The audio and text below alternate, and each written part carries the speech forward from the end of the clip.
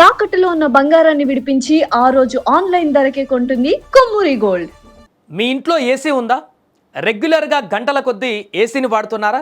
అయితే జాగ్రత్త, ఆ ఏసీ పేలిపోయేటువంటి ప్రమాదం కూడా ఉంది. అదెందుకో పూర్తిగా ఈ స్టోరీలో తెలుసుకుందాం. తెలుగు రాష్ట్రాలలో ఇప్పుడు ఎండలు ఏ రేంజ్లో మండిపోతున్నాయో మనందరికీ తెలిసిందే. ఉదయం 8-9 గంటల నుంచే మొదలవుతున్నటువంటి ఈ ఎండలు రాత్రి 6-7 అయినా కూడా ఆ వేడి తగ్గట్లేదు. అన్ని ప్రాంతాలలో దాదాపు 45 డిగ్రీలకు పైగా ఉష్ణోగ్రతలు నమోదవుతున్నాయి. వడగాలి ఉక్కపోతతో జనం అల్లాడిపోతున్నారు. దీంతో చాలా వరకు కూడా ఫ్యాన్లు కూడా సరిపోవట్లేదు ఆ యొక్క ఎండ తాపం నుంచి బయటపడడానికి. కూలర్లు కొనేసుకుంటున్నారు భారీగా. ఇంకా చాలామంది ఏసీలను కూడా కొత్తగా కొంటున్నారు. ఆల్రెడీ ఇంట్లో పెట్టుకున్న వాళ్ళైతే దాని వినియోగాన్ని పెంచేశారు. ముఖ్యంగా అందరూ ఏసీలకు పని చెప్పాలని ఇప్పుడు అనుకుంటున్నారు.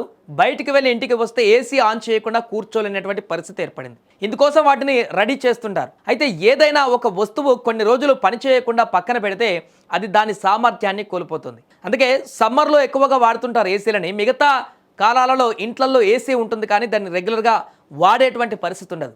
మరి అలా చేస్తే ఒకేసారి సమ్మర్లో ఈ యొక్క వాడకాన్ని ఎక్కువగా పెంచితే ఎలాంటి ప్రమాదాలు రాబోతాయి? అలాగే ఏసీ కూడా కొన్ని రోజులు వాడకుండా ఉన్నప్పుడు దానిని వెంటనే ఆన్ చేయకూడదు. ఇది గుర్తుంచుకోవాల్సినటువంటి విషయం. దానికి ముందు కొన్ని జాగ్రత్తలు కూడా తీసుకోవడం అవసరం. వాటి గురించి ఒకసారి తెలుసుకుందాం. చాలా రోజుల తర్వాత ఏసీని ఆన్ చేసే ముందు ఏసీ యూనిట్ని పరిశీలించడం చాలా అవసరం. ప్రధానంగా ఏమైనా పార్ట్స్ అక్కడ విరిగాయా దాని లోపల, లేకుంటే ఇంట్లో ఎలకలు ఇంకేమో తిరిగి దాంట్లో డ్యామేజ్ చేశాయా, వీటన్నింటినీ కూడా చెక్ చేసుకోవాలి. చాలా రోజుల తర్వాత మళ్ళీ మనం ఏసీని ఆన్ చేసేటువంటి ప్రయత్నం చేసినప్పుడు ఏసీలోని ఫిల్టర్లు గాలి నాణ్యతలో నిర్వహించడంలో ఏసీని సమర్థవంతంగా పనిచేసేలా చేయడంలో ముఖ్య పాత్ర పోషిస్తాయి.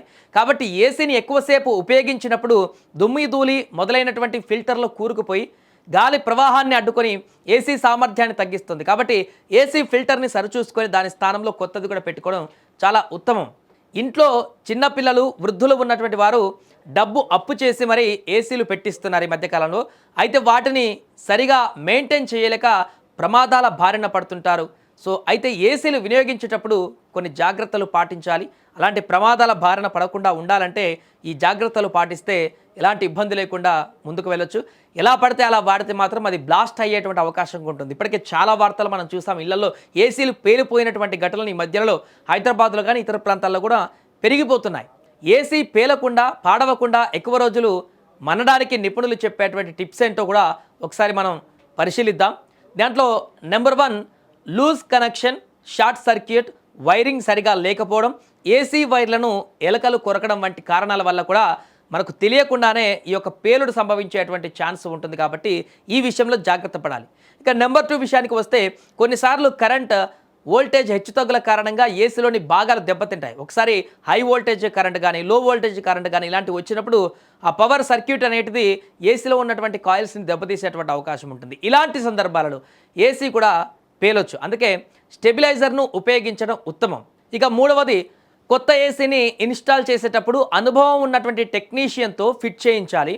మీరే యూట్యూబ్ చూసి మేమే ఫిట్ చేసుకుంటాం, అతనికి ఎందుకు డబ్బులు ఇవ్వడం అని చెప్పేసి ఇన్స్టాల్ చేయడానికి, లేదా ఇంకొకరు ఎందుకు అని చెప్పేసి మనమే కొత్త ప్రయోగాలు చేసేటువంటి ప్రయత్నాలు మాత్రం చేయకూడదు.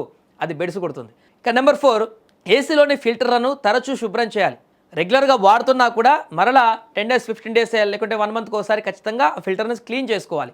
నెంబర్ 5, గది బాగా కూల్ అయిన తర్వాత ఏసీని కాసేపు ఆఫ్ చేయడం చాలా మంచిది. కంటిన్యూగా గంటల కొద్దీ 6 గంటలు 8 గంటలు 10 గంటలు నాన్ స్టాప్ ఏసీని కనుక ఆన్ చేసినట్టు ఉంటే ఏసీ హీట్ ఎక్కేటువంటి అవకాశం ఉంటుంది.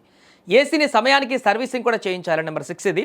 నెంబర్ 7, ఏసీ కంప్రెసర్ ఎక్కువగా వేడెక్కితే అది పేలిపోయేటువంటి అవకాశం ఉంటుంది. ఇప్పుడు చెప్పుకున్నాం కదా. నెంబర్ 5లో ఎక్కువ గంటల పాటు కంటిన్యూగా ఆన్ చేసే ఉంటే హీట్ ఎక్కి కాయిల్ పేలేటువంటి అవకాశం ఉంటుంది. కాబట్టి కొంత నాన్ స్టాప్గా కాకుండా మధ్యలో అర్ధగంట గంట మళ్ళీ బ్రేక్ ఇచ్చి మళ్ళీ ఆన్ చేసుకోవాలి. నెంబర్ 8, ఏసీలోని కూలింగ్ సిస్టంలో గ్యాస్ లీకేజ్ అయితే దాని కారణంగా కూడా పేలుడు సంభవించవచ్చు. ఇక నెంబర్ 9, ఏసీలోని రిఫ్రిజిరెంట్ లైన్లలో ఒత్తిడి ఏసీ పేలేటువంటి ఛాన్స్కు దారితీస్తుంది. ఇక చివరిది, సాధారణంగా రూమ్ త్వరగా కూల్ అవ్వడం కోసం టర్బో మోడ్ వాడతారు. అయితే దాన్ని ఎక్కువసేపు ఉపయోగిస్తే మాత్రం ప్రమాదం జరిగేటువంటి అవకాశం ఉందంటున్నారు. ఎయిర్ కండిషన్ నుండి గ్యాస్ వాసన వస్తుంటే వెంటనే టెక్నీషియన్ని సంప్రదించాలి. మీరు ఏమాత్రం ఆలస్యం చేయకూడదు. అలాగే AC cooling mode temperature set చేయాలనే విషయాన్ని కూడా గుర్తుంచుకోండి. అవసరమైతే థర్మోస్టాట్ బ్యాటరీలను మార్చడం మంచిది. ఏసీ ఆన్ చేసిన వెంటనే వేడిని తగ్గించవద్దు, క్రమంగా తగ్గించాలి, ఎట్ ఏ టైం తగ్గించకుండా.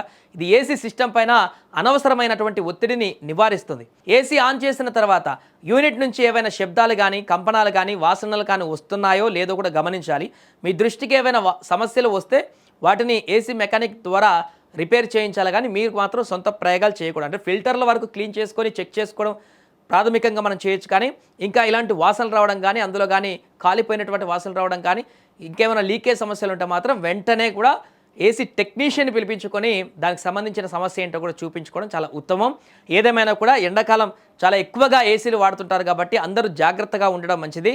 ఖచ్చితంగా దాని సర్వీసింగ్ చేయించిన తర్వాతే, పూర్తిగా పర్ఫెక్ట్గా ఉన్న తర్వాతనే దాన్ని కూడా మెయింటైన్ చేస్తూ, ఓకే పని చేస్తుంది కదా కొత్తదే కానీ చెప్పేసి కంటిన్యూగా గంటలు నాన్ స్టాప్ 24 అవర్స్ కనుక ఆన్ చేసి ఉంచినట్లయితే అట్లా కూడా హీట్ ఎక్కి పేలిపోయేటువంటి అవకాశం ఉంటుంది. కాబట్టి జాగ్రత్తలు పాటించండి, సురక్షితంగా ఏసీలను వాడి హ్యాపీగా ఉండండి.